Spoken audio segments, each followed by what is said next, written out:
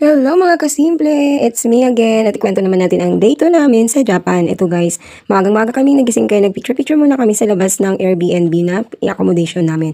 Dahil makasama namin ay wala pa guys, kami earning people. Magang-maga kami nagising kaya nauna kami dyan. At pagkatapos nga guys ay pumunta na kami sa 7-Eleven para sa aming breakfast. Dahil sa araw na ito guys ay hindi na kami magti-train. Hindi kagaya kahapon na nagti-train hopping kami at talagang sa dami namin guys ay may mga naiiwan sa train station.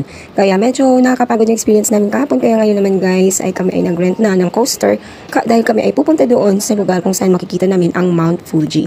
Ayan guys, ang lola nyo, ako pa rin ang taga-timpla ng kape.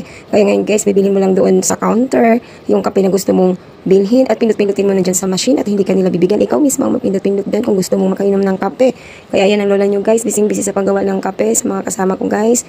Dahil inaantay lang din naman nila ako kung anong ginagawa ko sa bahay guys. Ang prepare ng food ay ganun pa rin. Ang kawain ng lola nyo hanggang sa Japan. Ayan guys, nag-aantay lang sila ng kanilang kape. Kahayahay talaga guys, diba? Ang hayay ng buhay nila. Kaya ako bising-busy dyan, pagtitimpla ng kanilang mga kape guys, para makakain na kami bago dumating ang coaster na magsundo sa amin guys. Gumastos nga pala kami sa coaster guys ng 140,000 yan, kasi 18 kami guys. At ayan, nakakain ng lola nyo ng onigiri at nakasakay na ng coaster at picture-picture muna guys. At nakarating na nga kami doon sa pagoda guys. Aakit kami dyan para makita namin ang magandang view ng Mount Fuji. Ang sabi nga ay 500 steps yan guys, kaya ayun ang bilang-bilang yung mga kasama ko ng steps. Para patibayan ko ng tuhod guys kung sino ang unang makarating doon. Pero ang technique lang dyan guys ay dahan-dahan lang talaga. Dapat talaga ay enjoy mo lang ang view. At syempre, dahan-dahan sa paglakad, enjoy. At mag-picture-picture. At ayan nga guys, ang Mount Fuji, ang ganda-ganda niya talaga. Perfect na perfect siya. Parang Mount Mayon sa Pilipinas. Ang kaibahan lang guys ay may yellow siya sa tuktok. Kaya maganda siyang tingnan. Nakita ko rin yan dati sa calendar guys. Pero nakikita ko na talaga siya sa totoong buhay. Ang ganda niya talaga guys. At makita mo ang daming mga bahay sa baba. Napakataas yun yan guys. Kasi ang layo-layo pa yan sa amin. Diba? Pero malaking-malaki na siya. So, ibig sabihin napakataas talaga ng Mount Fuji guys. At dahil mataas siya, elevated masyado, kaya siya nag-yellow. At hindi pa rin natutunaw ang yellow niya guys. Nung dumating nga kami dyan, ay hindi na namin siya halos makita dahil sa sobrang fog. At sabi nga ng driver namin ay pag hindi daw namin yan makita, ay malas daw kami. At buti na lahat napakita rin sa Mount Fuji guys, ng mga 10 AM na. At ayan, ang ganda-ganda niya. At marami na rin mga turista dyan guys. Naghahanap lang ako ng magandang spot kung saan makakuha ng full view. Ayan ang mga nag-umaakyat, yung iba bumababa na. Ayan, pahinga-hinga muna si ate. Dahil talaga naman nakakapagod guys. 500 steps pero kung dandanin mo naman ay kaya rin naman. Mag-picture-picture ka muna sa tabi-tabi para hindi ka mapagod ka agad. Diba? Ganun lang naman ang strategy dyan. Huwag mong madaliin. Ayan, so kumakapit na dyan ang lola nyo guys dahil medyo nangatog-ngatog na ang tuhod ko kaya kumakapit na ako dyan. Kaya nakikita nyo sa video ay yung railings na lang ng hagdan. Ayan guys, dahan-dahan ang daming mga turista dyan guys mula sa iba't ibang panig ng mundo. Pati naman sila guys ay napapagod din kaya napahinga rin sila, diba? O, hindi lang naman mga Pinoy ang mahihina ang tuhod. At yan, pagdating doon, ayan, picture-picture mo ng mga lola at lolo nyo guys. Syempre, yan ang pinantahan natin at binayaran natin sa aeroplano. Mag-picture-picture dyan sa lugar ng Japan. Hindi ba kayo nag-picture-picture mo ng lola nyo guys? Ayan, maraming tao sa likod pero okay lang yan dahil hindi mo na pagmamayari ang lugar. Ayan na guys, so kahit saan pala, nung unang sisikal pa kami doon sa baba, yung pala may mga magandang view naman sa taas. Yung wala kang kalaban. Ayan, picture-picture mo na mga lola at lolo nyo. Ayan, at hindi naman magpapatalo si sir. Talagang picture na picture yan.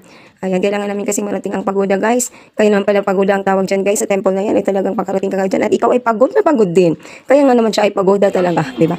Ayan guys, makatabi sila halos ng view ng Mount Fuji. At nagpagod kami guys at nandito kami sa Lake Kawaguchi. At kami ay magla-lunch na guys. Ayan, habang nag-aantay kami ng lunch. Ayan, nagpindot-pindot mo ng mga tao ng cellphone guys sa mga kain ng video. Ay mga kasama ko guys, mukhang mga gutom na. Kaya parang tahimik na ang mundo. Ayan, lahat na yata ay gutom. Hindi pa namin alam kung anong isi-serve namin, kung ito ba ay masarap. Pero, mukhang masarap naman. Ito na guys, isang serving. Ayan, ang ganda-ganda. Ang dami-dami kinakain at magkakain tayo ng Japanese food. Ayan, ang aking in-order dyan guys ay puro gulay. Ayan, yan ay vegetable soup. At maliliit ang mga servings nila guys. Kaya naman pala sila ay hindi tumataba. Talagang si sexy nila kasi ang liliit ng pinggan. Ang liliit ng mga lagayan ng pagkain. Kaya sakto-sakto lang. Kaya pala ganun ang sikreto ng mga hapon. Kaya hindi sila lumalaki ang tiyan. Pero masarap naman guys at talagang busog ka na rin pala sa ganyang style, no? Kailangan pala maliit na mga bulang. Parang hindi... kaso sa atin kasi guys, pag naubos, dadagdag pa tayo, di ba? Pero in fairness, ang pagkain talaga ay swak. Masarap naman at magkano nga ba ang ginastos namin dyan? Nakalimutan ko na. Parang yata kami 1,200 yen. O wala pang or 1,600 ganun. Ang aming nga gastos guys dyan sa lunch namin. Pero sulit na sulit naman guys kasi ang dami mo rin namang kakainin. At saka may free cha. Yan, yung cha, unlimited cha. pwede kang uminom. Ito naman ang pagkain sa katabi ko. Kanya-kanya kami, iba-iba. Ay yung gusto ng iba meat, ako naman ay gulay lang talaga ang kinain ko. Ayan, at may rice. At dahil na-practice na nga ang lola mo guys sa Pilipinas pa lang mag-chopstick, hindi talaga ako nagugutuman sa Japan guys kasi marunong na akong sungkit-sungkit ng pagkain dyan. Kaya ayan, madali na lang sa akin ang kumain gamit ang chopstick. Kaya masaya ako dyan guys. Yung tuwa ako at nagamit ko yung aking pagpapractice ng pag-chopstick sa Pilipinas. Ayan guys, pero yung soup syempre guys, meron din naman dyan ladder para higupin mo na lang yung sabaw. Ayan, ang sarap-sarap kaya at mainit sa tiyan, lalo na malamig ang panahon dyan guys. Pumunta kami dyan. Medyo malamig pa talaga siya kahit na maaraw naman pero malamig. Ayan. So yun ang lola mo guys, kain-kain mo na ulit. Ayan, meron siyang noodles pero more on gulay po yung kinain ko. Parang udon na malalaki yung hibla ng noodles pero may maraming gulay. O may kasama siyang gulay pero walang meat pero okay din sa akin, masarap naman. At meron siyang dilis na coated with parang sweet and sour. Parang ano siya, may egg ba yun? Crunchy siya, basta masarap siya. Parang tawilis dito sa Pilipinas. Ganun. Ayan. Siyempre, ang kanin ay sungkitin din. Ayan, para madaling makain. Malagkit naman ang kanin, kaya madaling lang dumikit sa chopstick. Kaya okay lang din, guys, ang pagkain dyan. Sa katapat lang ng lake. At makikita mo din ang view dyan ng Mount Fuji. Yan, enjoy namin aming lunch, guys. Siyempre, hindi pwede walang video-video. Para may ebidensya ba na kumain din kami maski paano. Kasi pulong gastos guys, malaki ang ginastos dyan. Kaya enjoy natin palagi. Enjoy na enjoy kami dyan. Lahat talaga ng araw, lahat ng pwedeng i-video. Kung ganyan talaga guys, para may remembrance ba. Pagdating ng panahon at maalala natin minsan sa ating buhay nakapunta tayo dyan. At nakakain tayo dyan sa lake na yan. Malapit at tapat sa Mount Fuji. Ang sarap din mamasyal guys. Kailangan magtrabaho. Para makapasyal-pasyal din dahil mahal. Maggastos ng pasyal. Yan sana. Dumami pa ang ating income. Lumaki pa yung ating income para makapasyal-pasyal ulit. Ayan guys, nag-enjoy muna kami ng aming lunch dyan. Ang dami namin kinain. Kahit malit-malit lang yung bowl guys. Magbubusog ka na pala kasi iba-ibang klase naman. Pero ang tawag nito may parang ano siya, parang ano ba ang tawag yung radish. Tapos parang mga atsara, ganun. Iba-iba pero maliit-maliit pero madaming klase. So, mabubusog ka na kasi complete meal na siya talaga. So, yan talaga. Masasarapan pa ako dyan guys sa dinner namin kagabi na sobrang mahal. At least ito guys, busog dahil marami na sa isang group of plated na food. Ayan. So, ano ba yung mga pinagsungkit-sungkit ko dyan? Hindi ko na alam kung anong hinihingi nila. Ayan, basta nag-i-enjoy kami sa aming lunch. Lahat kami nag-i-enjoy at satisfied lang lahat dahil lahat ay nabusog. Dinala kami dyan ng aming coach, driver, para yan daw kasi ang masarap na area ng pagkainan ng mga Pilipino. Yun pala guys, ang aming palang coach dyan sa araw na yun guys ay isang Japanese-Filipino guys at yun ay nagtatagalog siya kaya wala kaming problema. Masasabi namin kung anong gusto namin sabihin dahil naiintindihan niya at marunong siyang magtagalog guys. Kaya wala kaming problema sa aming coach guide sa araw na yan. Ayan, kaya dinala niya kami dyan, picture, siya na nagpipicture, siya na nag-guide, o lahat na. At na-adjust namin ang time guys, kasi madali na lang magpaliwanag. Unlike kung yung driver mo, hindi kayo magkaintindihan, ako bakit iwanan na niya kayo. Anyway guys, ayan po, share lang po talaga namin yung experience namin sa Japan, dahil sayang din naman kung hindi namin ma-share. Ayan. So, hati-hati nga kami guys, no, sa aming bayarin. Sa bawat araw talagang divided per head po yan guys, divided per pack. So 18 kami, so kahit bata walang kawala, magbabayad din siya sa tour namin. Kaya kung marami kang kasama, marami kang babayaran. Ganun lang yun. Pero in our case, kanya kami bayad guys, per head, kanya-kanya kaming bunot. Walang libre-libre. Siyempre may mga trabaho naman kami, so walang magpapalibre. Ayan guys, lahat nagbabayad. Ayan, kaya ganun lang guys, para hindi mabigat, diba? Share lang lahat. Guys, ang sarap-sarap ng picture yata namin dyan. Tagal namin mag-post, puro picture. O, di bali lang, hindi maubos agad yung pagkain, basta picture. O, bakit tawa ng tawang lola nyo guys? Hindi ko na maalala kung ano pinagtatawanan ko. Baka siguro sa sobrang sarap ng kinain ko guys, kaya ako ay natatawa na lang. Ayan. Malapit na kami dyan matapos guys kasi kailangan namin pumunta pa sa ibang lugar. Meron pa kaming temple na pupuntahan. Yung temple na kung saan yung mga halaman daw ay napakatagal na. Mga 1,000 years na nandoon. Ba't bago kami pupunta doon, ay syempre, mag-picture muna kami dyan sa tapat ng restaurant na yan. Kasi ang katapat dyan guys ay yung Lake Kawaguchi. Yan, may mga doon, plants, mga flower beds. Yan, makikita nyo mamaya guys. Ayan, mahaba pa pala ang video na ito guys. Akala ko matapos na.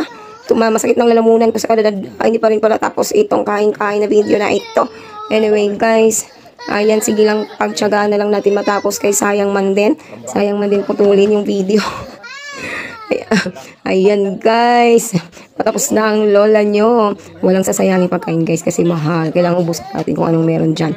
O huwag ka na magdaldal na magdaldal. Tapusin mo na pagkain mo. Napagod na ako. Oh. Ayan guys. O diba, sarap-sarap din ang kain ng katabi ko. Pasensya na at nasakit ka dyan sa video ko. Oh, ano ba mga pinagsasabi ko dyan? Ayan guys, so pag nagpunta kayo sa Japan guys, huwag niyong palampasin ang Mount Fuji. Syempre, isa yan sa mga sikat na bundok sa buong mundo, ang Mount Fuji, di ba? Kilalang kilala siya sa kanyang pagiging perfect shape. At syempre, hindi nawawala ang yelo sa taas niyan. Sa tuktok niyan ay hindi nawawala. Kaya naman, pagka nakita mo na yan, ay para na rin nakita mo, parang isa na rin yan sa mga achievements sa buhay, di ba guys? Ganun talaga tayo. Uunahin natin kung ano yung mga kilala para naman, malalagay natin sa ating bucket list. Machi-check na natin kaagad. Ayan, i-speed up ko na nga ito at mumukhang matagal pa matapos ang kain-kain ko guys. Ang tagal, makakain kasi mahirap magsungkit-sungkit ng kanin. Minsan nalalaglag, susungkitin mo yung mga kinain mo. Ayan, patapos na siguro yan. Naku po, ang hirap-hirap din guys, pero mabuti na lang talagang pinagpraktisan ko na yan. Kaya ayan naman, ay natutunan ko lang kumain ng gamit ang chopstick. Kahit isang butil ng bigas ay kaya ko lang ipitin. Ayan po, patapos na siguro yan. Ay, tapusin ko muna ito at putulin ko dahil sobrang haba na. Mamaya dudugtungan ko na lang. Yan. Salad. Gusto mo yan?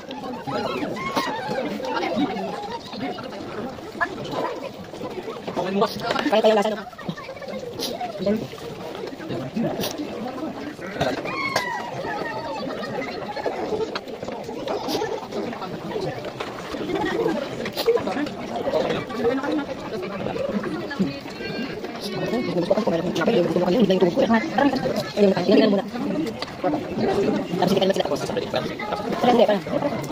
Ayun guys, pagkatapos ng kumain ng lola at lola nyo guys, lumabas na kami sa restaurant at kami ay mag-picture-picture na dyan sa tapat guys kasi kitang-kita lang din naman dyan ang Mount Fuji, yan ang lake guys. Ayan sa katapat lang ng restaurant. Wala masyadong tao dyan pero pupunta kami doon sa area kung saan makikita naman ang mga flowers, bed of flowers, kung saan doon naman ang mga ibang turista guys nakapark.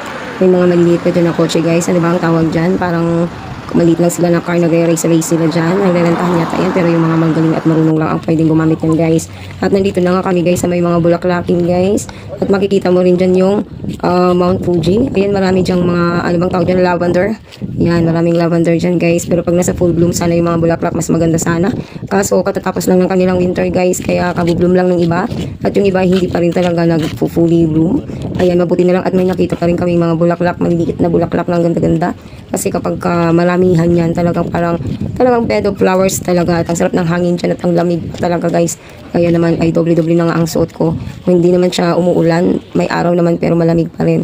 Yan, may mga bulaklak pa dapat ito guys, pero hindi pa nagsisimulang mamulaklak kasi hindi pa na full bloom, kaya naka-green pa lang siyang ganon. Pero maganda pa rin tingnan ang paligid at maayos kasi malinis, kaya hindi masakit sa ulo.